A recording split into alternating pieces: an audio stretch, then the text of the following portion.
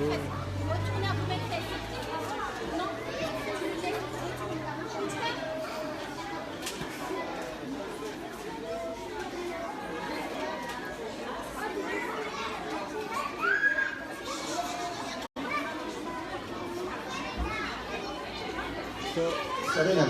faites-le à la garderie sérieux, Inch'Allah. À la garderie sérieux.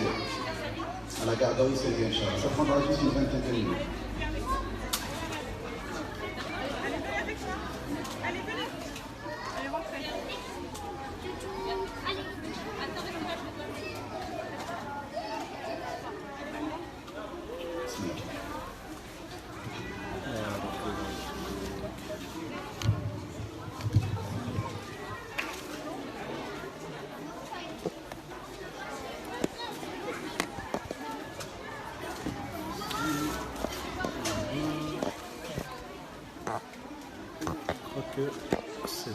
طيب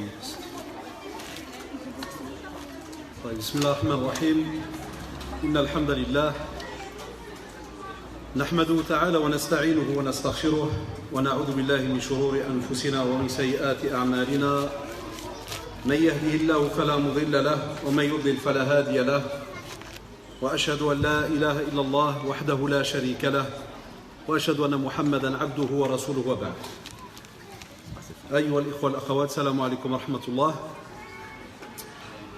Donc jazakumullah pour votre présence et comme je le rappelle donc à chaque fois que je vous rends visite ici donc à Toulouse, ça fait quand même plus de 10 ans, on a vu et on voit l'importance de ce genre de projet, c'est-à-dire d'avoir des écoles musulmanes, et je voulais juste faire un petit rappel.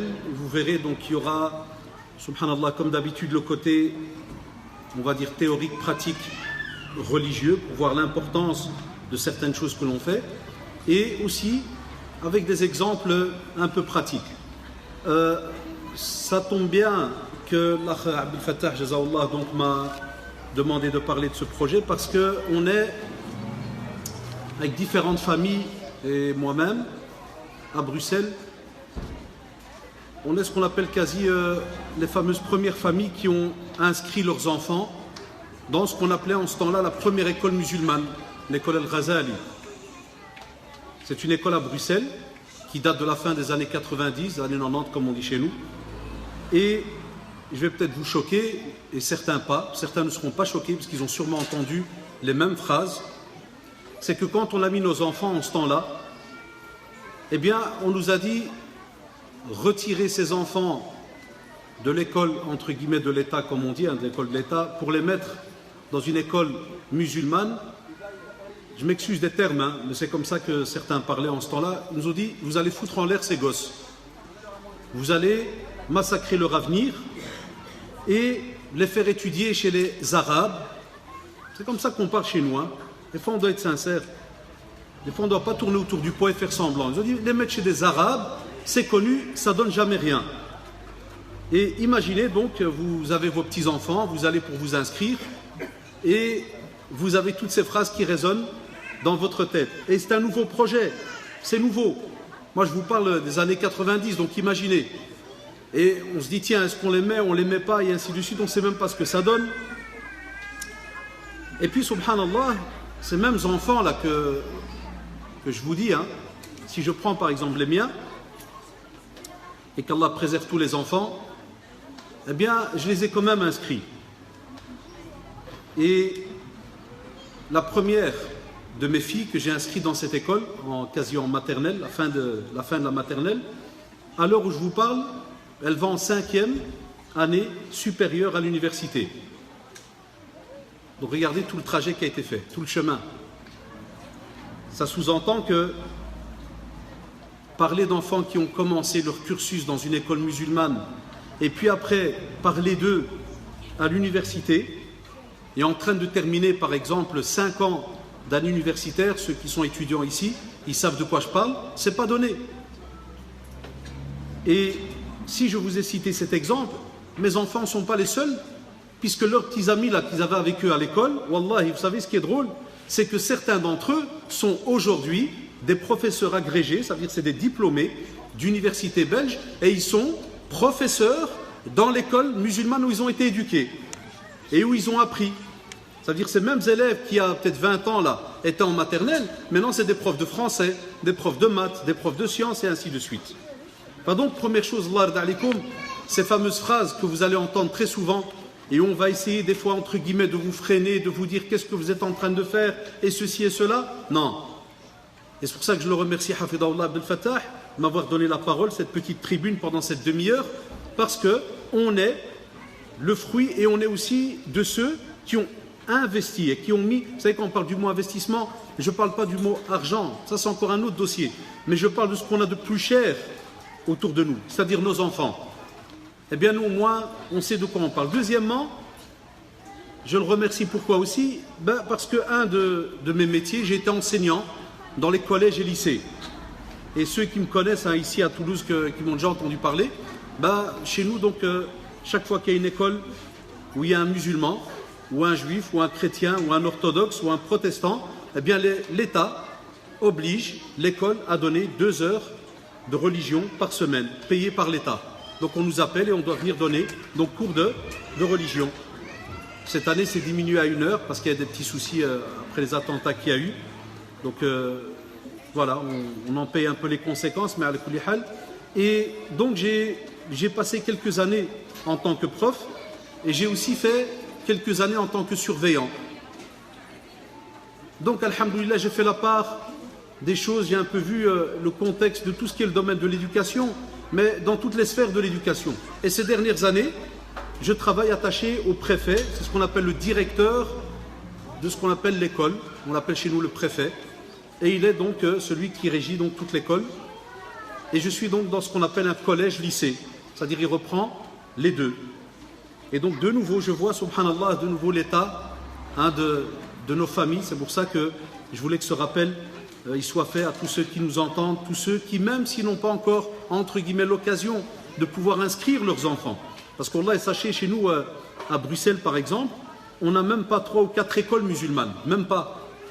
Et vous savez combien de temps prennent les inscriptions? Vous pouvez parler, qui peut me donner un avis? Ça veut dire quand ils disent lundi, on inscrit les enfants. Vous savez combien de temps prennent les inscriptions chez nous à Bruxelles? Donnez une idée. Ouais? Non? Non, ça prend 1 demi-heure, l'école est déjà complète. En 1 demi-heure. En 1 demi-heure, l'école est complète, il n'y a plus de place. Ça veut dire que même si on a des familles qui voudraient inscrire, donc regardez le bienfait que vous avez. Ou des fois on entend qu'il y a encore de la place ou ceci ou cela. Chez nous, même s'ils voudraient inscrire, il n'y a pas de place. Et là, ceux qui ont dit des 2 ans, 3 ans, wallahi, on a des listes d'attente sur 2 ans. Et les gens se plaignent, se fâchent, ils disent ouais, mais on a été inscrire. Et il y en a même qui se fâchent, ils commencent même excusez-moi, à accuser les responsables en disant ouais, il y a des pistons, ils font entrer leurs copains et blablabla et bla. Non, c'est pas le cas, wallahi, en général. C'est pas le cas. Quand j'ai dit le mot en général, c'est parce que les gens de loin, lorsqu'ils voient certaines situations, pensent que. Mais ce n'est pas le cas. Donc imaginez l'importance que ça a. Et beaucoup de familles commencent maintenant petit à petit à réfléchir par rapport à cela. Et spécialement les nouvelles générations. Spécialement des parents qui sont nés ici, qui ont grandi et qui ont remarqué, qui ont commencé à voir les fruits que cela donne. Je vais aller même plus loin. Chose qu'on oublie. C'est que l'État donne cette opportunité. Et ça, c'est un point très très important de l'Arda Alikum, parce qu'on a encore des fois des musulmans qui sont encore très réticents, qui ont même des fois peur. Tu vois, école musulmane, c'est l'État de droit, qui te dit voilà, chaque communauté a le droit d'ouvrir par exemple son école, contrat, hors contrat, et ainsi de suite. Ça, c'est en France. Chez nous, c'est un autre système. Il peut aussi avoir des écoles privées. Les appellations ne sont pas les mêmes, mais on a aussi des écoles privées musulmanes, des écoles juives musulmanes, des écoles juives privées afouanes. On a de tout. Et ça, c'est l'État qui donne cette opportunité. Mais de nouveau, est-ce que les musulmans voient l'importance d'avoir cette opportunité d'éduquer ses enfants, que ce soit dans le domaine religieux ou bien dans le domaine profane, et le tout ensemble? Et là, les frères et sœurs, c'est ça qui est important. C'est-à-dire qu'on forme l'enfant dans tous les domaines. Et ça, c'est pas donné. Et Allah subhanahu wa ta'ala, lorsqu'il nous a interpellés, il nous a dit « Ya ayyuhalladhina amanu, Qu anfusakum wa ahlikum nara. On entend ce verset très souvent. C'est-à-dire qu'on interpelle le croyant et lui demande justement de préserver d'abord sa personne et sa famille par rapport à ce feu, cet enfer, qu'Allah nous en préserve. Et on sent là, quand on écoute ces versets-là, qu'il y a une responsabilité vis-à-vis de notre progéniture, nos enfants. Il ne suffit pas juste de faire des enfants et de les laisser et de se dire même, les écoles de l'État, ça tombe bien, c'est gratuit, on les dépose, c'est à 2 mètres de la maison et on est tranquille. Ça, c'est une monseba, c'est une calamité que l'on voit encore et que l'on entend encore de nos jours. Et, ne le prenez pas mal, c'est ce qui fait qu'on a à peine, par exemple chez nous en Belgique, 4-5 écoles. Et en France, quand vous voyez l'immensité du territoire, on est peut-être à 80 et quelques écoles musulmanes. Alors qu'on parle de 6 millions de musulmans. C'est juste ou pas? Et les opportunités sont données. Et au même moment, on a toujours un genre de langage très basique à côté qu'on entend. Oui, c'est des racistes, oui, c'est ceci, oui, c'est cela. Et ça, je vous assure, ce genre de discours, il faudrait des fois le mettre à côté et voir plutôt sa responsabilité en tant que parent vis-à-vis donc de ses enfants. Et quand je parle de responsabilité, chers parents, wallah, sachez qu'un enfant dépendra de lui toute une génération.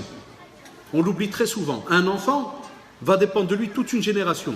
Je vous donne un exemple. Si vous avez été éduqué comme il se doit, une fois que vous avez votre enfant, wallah, s'il ne reçoit pas ce qu'il est censé recevoir, comme vous, il se mariera un jour, Inch'Allah. Et comme vous, il aura des enfants. Et il aura des descendants. Mais comment est-ce qu'ils seront?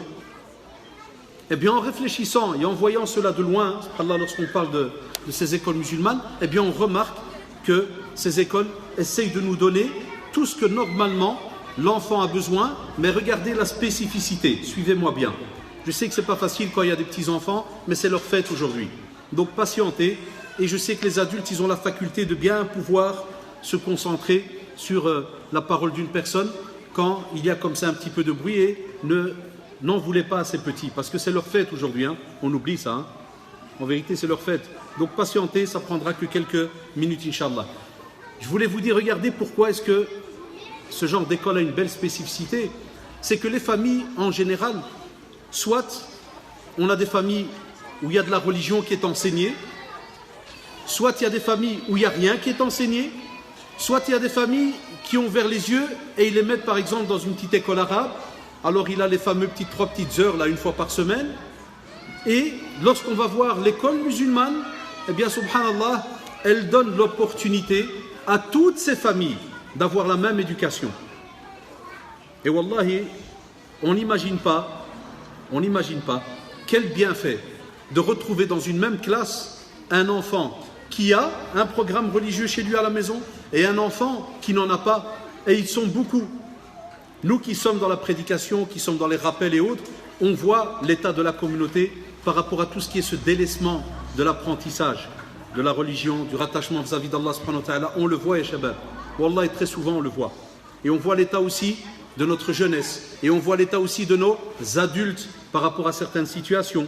Et lorsque l'on parle alors d'avoir dans une classe des enfants qui puissent avoir le même bienfait, et je ne dis pas le mot chance, parce qu'on n'a pas cela chez nous, on ne parle pas de chance, mais d'avoir le même bienfait, tous. Et ils sont éduqués dans le même niveau, chacun reçoit la même chose. Eh bien ça, le jour où un d'entre vous, homme ou femme, serait dans le domaine de la da'wa ou du rappel, ou bien si jamais il y en a parmi vous qui le font déjà, ou bien qui travaillent déjà dans le domaine social, musulman, vous le verrez. Ce n'est pas donné à tout le monde.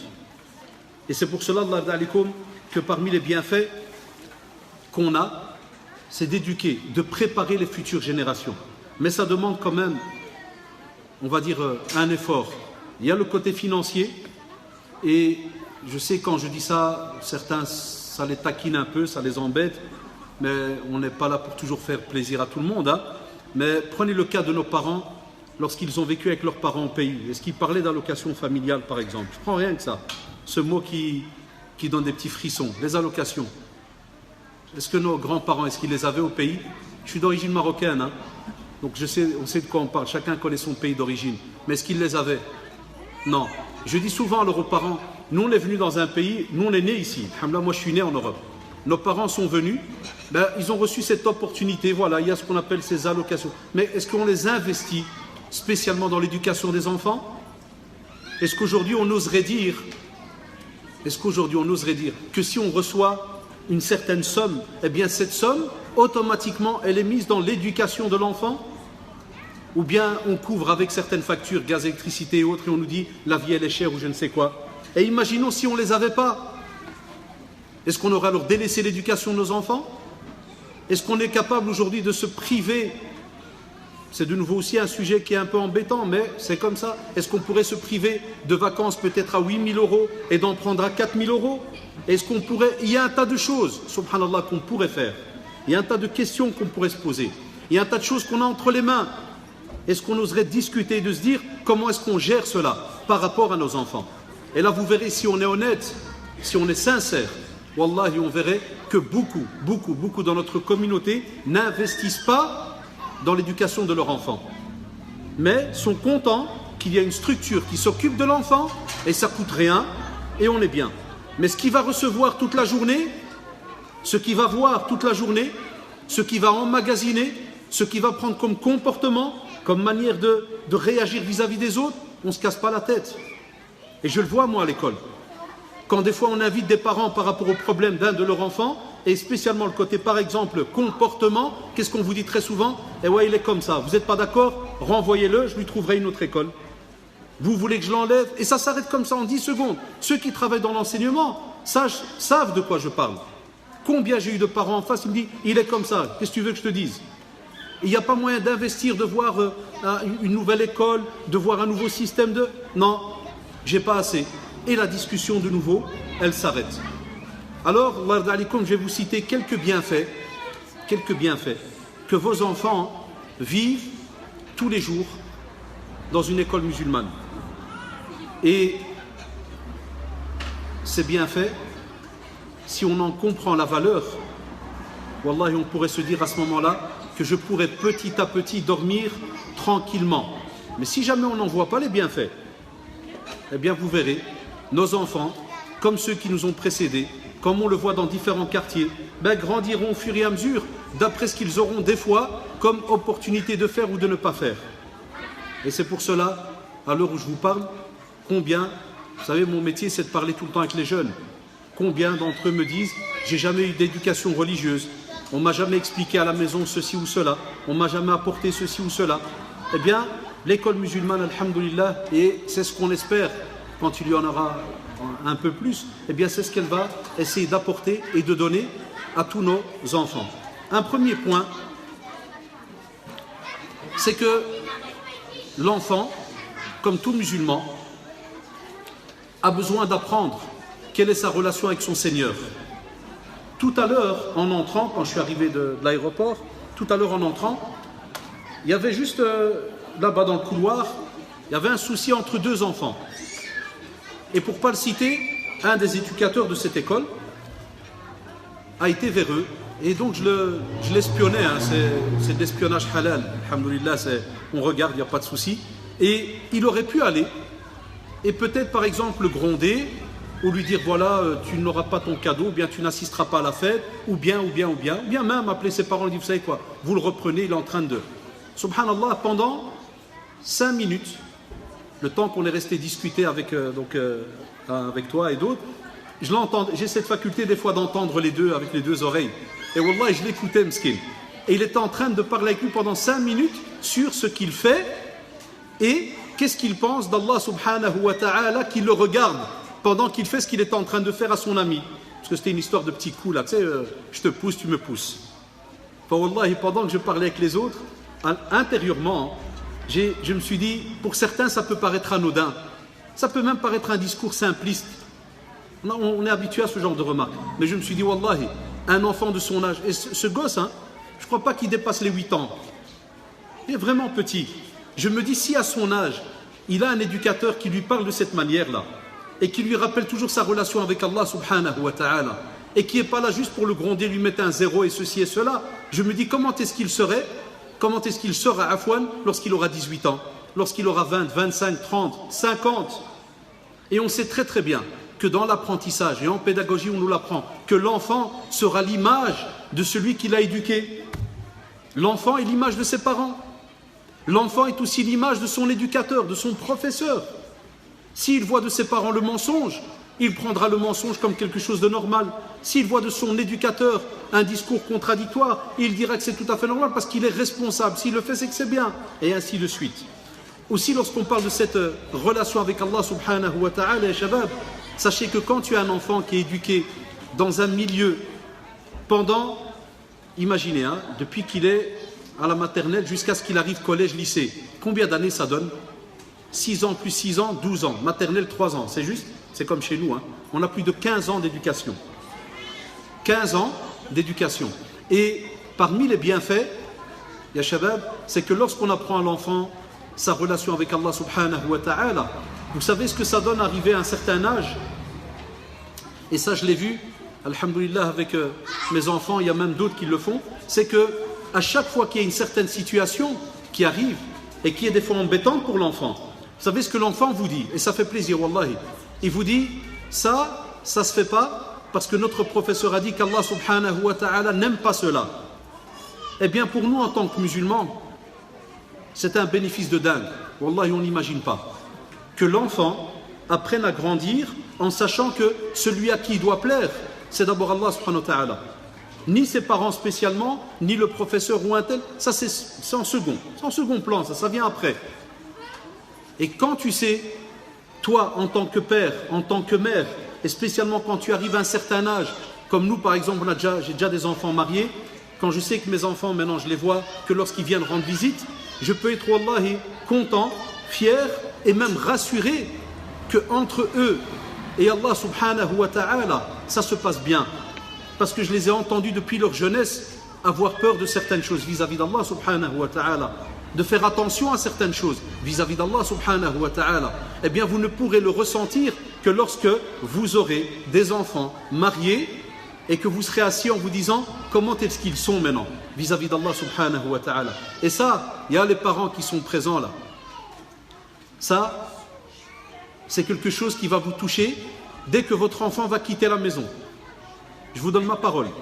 Dès que vous allez marier votre premier enfant, qu'il soit garçon ou fille, wallah, c'est ce qui va commencer à te pincer tous les jours. Spécialement si vous êtes, alhamdoulilah, dans la pratique et autres. Vous allez à chaque fois vous dire comment est-ce qu'il est. Est-ce qu'il est bien vis-à-vis de son Seigneur? À un point où vous n'allez même pas des fois aller spécialement regarder est-ce qu'il mange bien, est-ce que ceci. Ça parce que vous savez que son mari travaille ou bien que l'épouse, alhamdoulilah, a son argent de poche ou elle travaille elle aussi et ainsi de suite. Mais ce qui va vous embêter le plus des fois, c'est comment est-ce qu'ils sont vis-à-vis d'Allah subhanahu wa ta'ala. Et la petite différence, c'est que quand on a 8 heures par jour, et même pendant ces 8 heures, on apprend français, maths et ainsi de suite, mais qu'on est dans une ambiance, comme on dit à la musulmane, ces rappels sont toujours présents. Je donne un simple exemple, ya shabab, et nos enfants ils me le disaient, quand ils étaient encore tout petits, des fois, même si le professeur leur expliquait, ils oubliaient. Et ils venaient, ils me disaient, oui, on fait un exercice de mathématiques. Pourquoi on doit dire Bismillah? Pourquoi à chaque fois qu'on prend un bic, Bismillah? Est-ce qu'ailleurs on va leur apprendre ça? Non, et c'est pas demandé. On ne demande pas à une école qui est non confessionnelle d'apprendre à l'enfant à dire Bismillah ou quoi que ce soit, c'est juste ou pas. Mais chez nous, c'est une valeur immense. Qu'il sache qu'à chaque fois qu'il va vouloir faire quelque chose, c'est au nom d'Allah subhanahu wa ta'ala. Et si Allah subhanahu wa ta'ala lui permet de faire cette chose-là, c'est immense de nouveau. Deuxièmement, lorsque l'enfant apprend qu'à chaque fois qu'il va faire quelque chose, il le fait pour Allah subhanahu wa ta'ala, est-ce qu'on va avoir plus tard, comme il se passe encore aujourd'hui, des musulmans qui sont tout simplement égoïstes, qui ne pensent qu'à eux, qui ne pensent qu'à leur diplôme, qui ne pensent qu'à leur point? Et je vous donne un simple exemple. Ceux qui sont dans le domaine pédagogique, ils le savent. Aujourd'hui, par exemple, quand vous prenez le système Montessori et compagnie, tous ces systèmes d'éducation qui existent, combien de fois on ne voit pas comme remarque le fait de dire « nous ne voulons pas des enfants stressés, on ne veut pas des enfants qui soient tout le temps en conflit entre eux ou bien en petite guéguerre ou bien même en concours entre eux. Qui va avoir le plus ?» Et où vous trouvez chaque fois un groupe qui est heureux d'avoir réussi et l'autre groupe qui terre la tête et qui part parce qu'il a juste reçu son bulletin et tout fonctionne avec des points et ça s'arrête là.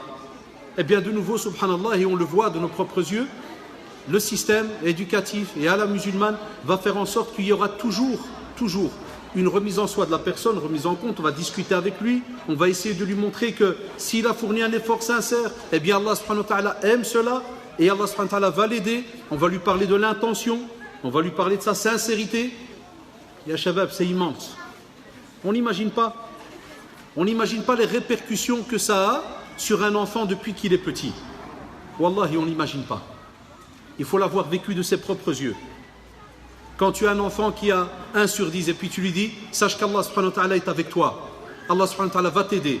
Et j'ai vu, tu as été quelqu'un de sincère. Même si tu as eu peut-être 1 sur 10, il se peut que tu as eu des centaines de hasanat. Et tu discutes et tu avances. Quand tu as un professeur qui fonctionne de cette manière-là, et qui est tout le temps à côté de ton enfant, comment imaginez s'il y a un suivi ou s'il y a à la maison. Parce qu'attention, c'est une petite parenthèse. Qui dit école musulmane dit que ce n'est pas l'école qui va éduquer tes enfants. Elle va t'aider. Mais il faut que cela soit en symbiose par rapport à ce que toi tu vas donner aussi chez toi à la maison. Ça c'est important. Et c'est pour cela j'espère que en général les familles qui viennent comme ça vers ces écoles-là, ils ont compris l'importance de cette éducation profane et religieuse. Donc il y a un tout, ça se complète, c'est très très important. Aussi, c'est une école qui apprend aussi à l'enfant sa responsabilité vis-à-vis de la société. Et ça, j'y tiens, vous savez pourquoi? On nous dit très souvent que lorsque on met nos enfants dans une école musulmane, et je crois que ceux qui suivent un peu la presse et autres, ils entendent ça. On vous dit c'est des écoles communautaristes. Comme pour dire que les Arabes entre eux et je ne sais quoi. Oui, c'est habitué à entendre cela. Alors qu'en vérité, wallahi non. Jamais. Un musulman, subhanallah, c'est quelqu'un qui est éduqué à tout le temps penser à l'autre. Et s'il fallait faire des conférences et des rappels là-dessus, vous en avez déjà entendu assez. Il y en a beaucoup dans ce domaine-là. La yu'minu ahadukum hatta yuhibba li akhihi ma yuhibbu li nafsihi. Ça c'est déjà rien quand entre musulmans par rapport à son degré de foi, qu'il aime pour son frère ce qu'il aime pour lui, que ça soit homme ou femme. Alors imaginez les autres textes que l'on a, même vis-à-vis lorsque c'est quelqu'un de non musulman. Et on le voit et on l'a vu dans l'éducation du prophète sallallahu alayhi wa sallam, que ça soit dans sa prédication, dans l'aide, l'entraide. Donc ce point-là fait que subhanallah, et on a eu comme ça des témoignages d'anciens élèves qui sont passés par des écoles musulmanes, qui sont arrivés à un certain niveau. Très souvent, on nous dit ce sont des personnes altruistes, ils aident les autres, même dans le boulot, même dans leur métier, dans leur profession. Tu les retrouves toujours à ne pas faire ils ne discernent pas entre un tel ou un tel, ils ne font pas de différence entre un tel ou un tel. Tant qu'ils voient qu'il y a un bien qui peut être apporté pour la société dans laquelle ils vivent, eh bien ils apportent ce quelque chose. Et nous, très souvent, on n'y pense pas. Parce qu'on est dans un automatisme. On vient, on dépose l'enfant, il accourt, on vient, on le récupère. Mais plus tard, et je sais que ce sont des statistiques qui des fois étonnent certains, mais il y a beaucoup de mairies où on sait où il y a beaucoup de musulmans. L'entraide entre ces gens-là, à l'heure où je vous parle maintenant, elle est comment? Sincèrement, est-ce qu'il y a de l'entraide? Est-ce que chacun fonctionne main dans la main? Eh bien, normalement, subhanallah, dans ce style d'école, et on le voit et on l'entend de nos enfants, c'est toujours essayer d'aider celui qui est à côté de lui.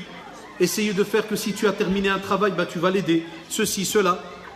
Au contraire, par rapport à d'autres systèmes qui fonctionnent, et même eux se plaignent, qui va avoir plus, qui va être le premier, qui va être ceci, qui va être cela. Et ça joue beaucoup, subhanallah, dans la formation du jeune musulman. C'est très très important pour le reste de sa vie. Pourquoi? Parce que normalement, c'est ce qui nous est demandé. Mais nous, subhanallah, dans ce genre de société, comment on fonctionne en général? C'est chacun pour soi. On court, jusqu'à ce que les vacances arrivent, et puis de nouveau, on va se reposer, on revient, et on recourt pendant une année. Mais est-ce que ça peut rester comme ça des siècles et des siècles? Non. Deuxièmement, est-ce qu'on n'est pas en contradiction lorsque on entend des conférences, et on entend ces sujets-là, et ils font plaisir, et puis le lendemain, comme si de rien n'était, on repart chacun pour soi? Eh bien, notre rêve, c'est d'avoir une future génération de jeunes, diplômés, qui ont un certain niveau, mais wallah, qui pensent aux autres. Et je vais vous donner un exemple, écoutez-moi bien. On a, par exemple, à Bruxelles, et subhanallah, ils sont anonymes. C'est ça que j'aime bien chez eux. Wallah, ils sont anonymes. C'est des groupes de jeunes, parmi eux, un bon paquet qui sont passés par les écoles musulmanes, et qui, subhanallah, certains même, wallah, ils sont médecins, sont devenus maintenant médecins.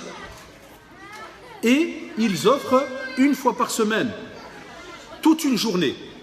Je les connais puisque je vais des fois les former. Une fois par mois, je leur donne un cours. Ils choisissent un sujet bien déterminé et je vais leur donner cours. Quand je suis arrivé la première fois, ils m'ont fait la surprise. Et ils sont même dans une autre commune, une autre mairie. Je ne veux pas donner plus de détails.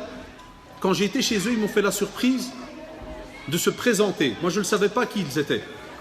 Wallahi ya shabab, ils étaient une vingtaine, que des médecins et ingénieurs. C'est Al-Fatah, que des jeunes, 25 ans. Que des médecins et ingénieurs.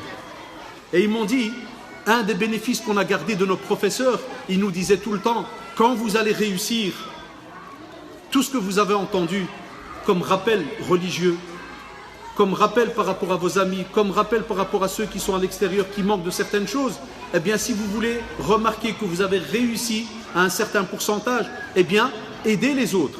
Et wallahi, ce sont des jeunes, alors où je vous parle, par exemple, tous les dimanches, ils font les maraudes. Hein, vous appelez les maraudes, là, les donner à manger aux sans-abri. Mais les sans-abri ne savent pas qu'ils ont en face d'eux que des ingénieurs. Vous savez, chez vous, les ingénieurs, c'est bac plus combien? C'est des bacs plus 5, plus 6 siècles. Eh bien, on a que des ingénieurs et des médecins, que des jeunes.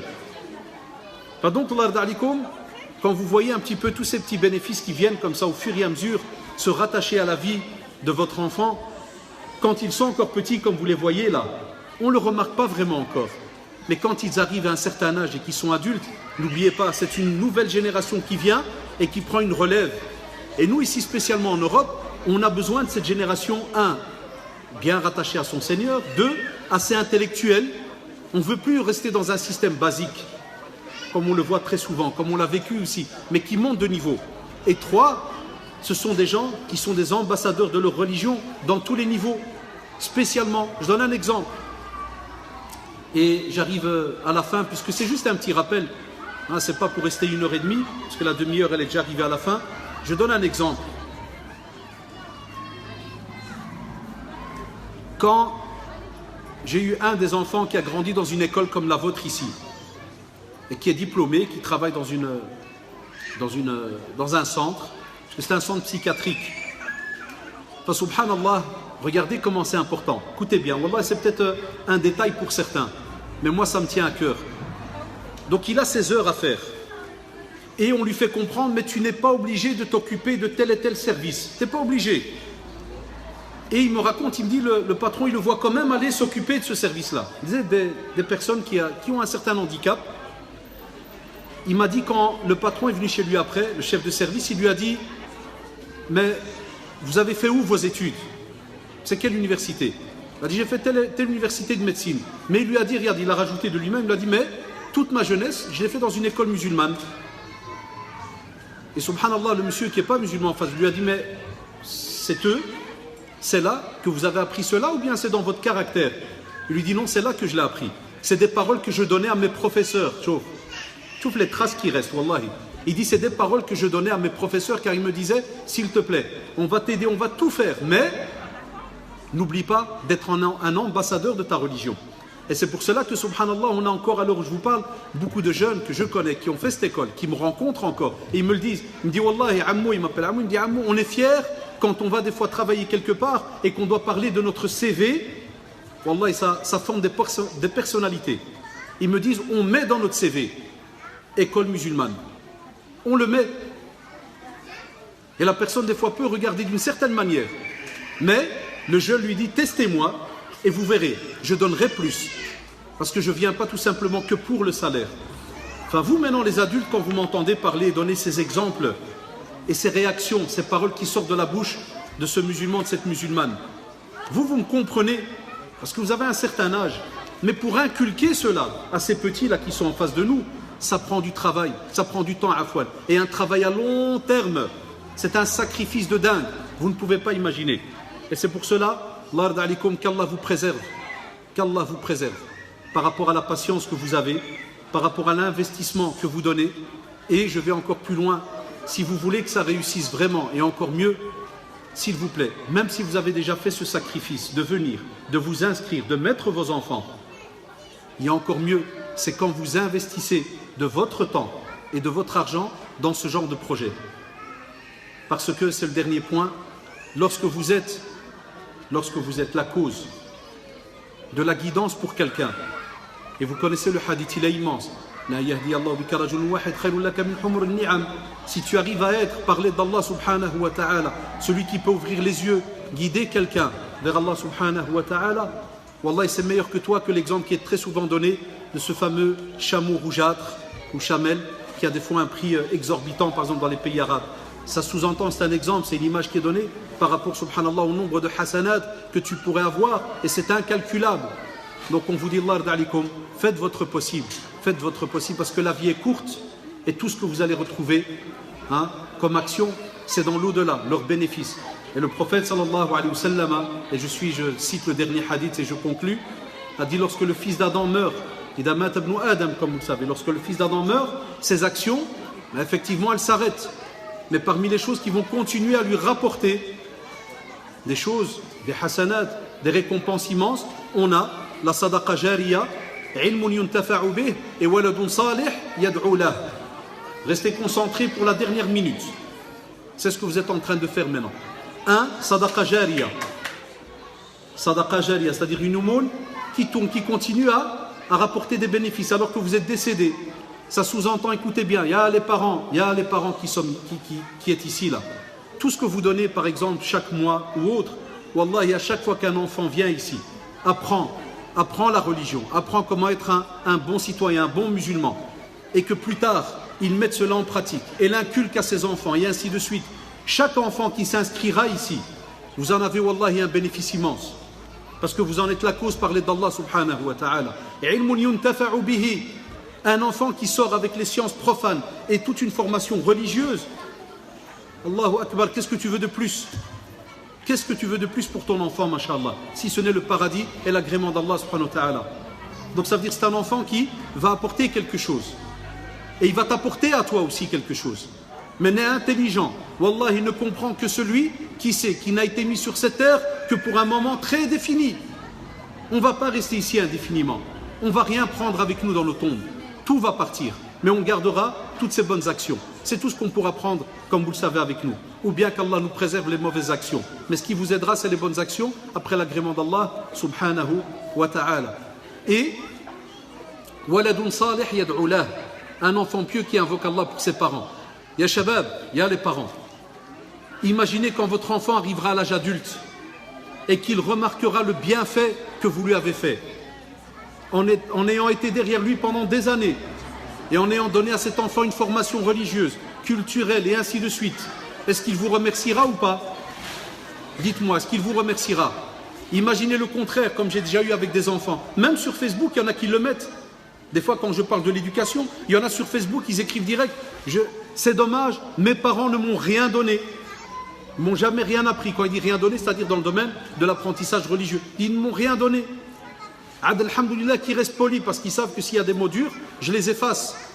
Et je les comprends, les pauvres. Il y en a qui sont blessés. Il te dit, dernièrement, une personne me dit, je suis arrivé à presque 40 ans, Wallah, je ne sais pas prier. Mes parents n'ont jamais prié, ne m'ont jamais appris à prier. Et ça nous touche quand on a un certain âge. Enfin, imaginez quand votre enfant a appris et arrive à un certain âge, avec tout ce qu'il a appris, et voit que c'est important. Et verra même des personnes qui vont lui dire, Masha'Allah, tu as eu ça d'où? Il citera deux entités. Wallah, il citera deux entités à Shabab. Une, s'il a été éduqué comme il faut, ses parents. Et la deuxième entité, vous savez c'est laquelle? Qui peut me dire? L'endroit où il a été éduqué, l'école. Et c'est ce que nous on fait, alhamdoulilah, lorsque par exemple on fait un rappel, eh bien on remercie toujours nos professeurs, nos mashayikh, qu'Allah les préserve. Ça c'est une vraie éducation. C'est quand tu n'oublies jamais ceux qui t'ont éduqué, ceux qui t'ont aidé à grandir, à te transformer, à changer, à évoluer, à apporter quelque chose. Que ça soit pour toi, ta famille et tous les gens qui t'entourent. Fabarakallahu fikum. C'est pas facile, il fait chaud, je le sens. Moi, dans quelques secondes, je peux aller me cacher à gauche, à droite et prendre, parce que je suis asthmatique, donc je vais prendre un peu l'air. Mais, l'ard alikum, tout le temps que vous êtes en train de donner, Wallah, c'est important pour vous, pour vos enfants. Qu'Allah vous préserve. Qu'Allah subhanahu wa ta'ala préserve vos enfants. Et qu'Allah subhanahu wa ta'ala préserve cette école. Qu'Allah subhanahu wa ta'ala préserve toute cette équipe que vous voyez autour de vous. Tous ces professeurs. Vous savez, un des plus beaux métiers, parmi les métiers qu'on a sur cette terre, c'est d'être un enseignant. d'être un formateur. Wallahi, c'est immense. Enfin, pour les professeurs, hommes et femmes, qu'Allah subhanahu wa ta'ala vous préserve.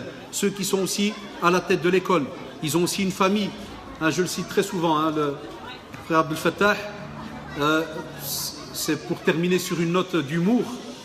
Chaque année, à chaque fois que je le vois et que je vois qu'il est encore vivant et qu'il est encore bien habillé, je lui dis remercie ta famille. Parce qu'un jour ils vont t'éjecter, hein, frère. Alors il me regarde, il me dit Wallah, encore tout à l'heure on en parlait, c'est vrai ou pas? Je lui dis prends du temps. Wallah, je sais qu'il ne va pas aimer, mais c'est rien. Il ne va pas aimer, non, il va juste me dire fallait pas. Comme on se connaît très bien, prenez-le une fois à part. Je sais qu'il ne va pas vouloir, mais c'est rien. Il ne sait rien me faire là, à l'aise. Prenez-le à part, demandez-lui quand datent ses dernières vraies vacances. Les vraies comme nous on fait, hein, on part 5 semaines, porte-bagages rempli. Demandez-lui de quand est-ce qu'elle date. Aussi, prenez un de ses enfants à part, parce que vous les connaissez maintenant petit à petit. Demandez-leur quelle vie à 100 à l'heure même, des fois même 200, ils ont. Est-ce qu'ils vont, comme j'ai dit tout à l'heure, dans les parcs s'enrouler par terre et passer des heures et des heures avec papa à jouer au ballon? Ceux qui connaissent son épouse, les sœurs, prenez-la aussi à part. Demandez-leur hein, combien de temps est sacrifié pour l'école, quelle vie de famille ils ont. C'est immense. C'est un travail immense. Ce n'est pas donné à tout le monde. Mais, c'est un peu tordu ce que je vais dire, mais est-ce que dans notre religion, il n'y a que lui qui est condamné à vivre de cette manière? Et jusqu'à quand? Est-ce qu'ils n'ont pas aussi le droit de respirer, de profiter un peu de leur temps, du repos? Eh bien, tout cela peut être fait grâce à Allah subhanahu wa ta'ala, mais aussi, après cela, votre soutien, votre présence, vos remerciements, c'est très très important. On est des êtres humains, on en a besoin. Et celui qui ne remercie pas les gens, il ne remercie pas Allah subhanahu wa ta'ala, c'est important, c'est dans notre éducation. Pas qu'Allah vous préserve. Et qu'Allah préserve ta famille à Abdel Fattah, qu'Allah t'aide à continuer dans ce travail noble, parce que nous on en voit les fruits. Nous on est à l'extérieur, on a un regard externe, on voit les fruits de tout cela. Et qu'Allah vous préserve tous. Jazakumullah, c'est toujours un plaisir de venir partager avec vous cette petite demi-heure, bon c'est 40 minutes, désolé, mais qu'Allah vous récompense pour tout ce que vous faites et qu'Allah préserve vos enfants, parce qu'on est là pour eux.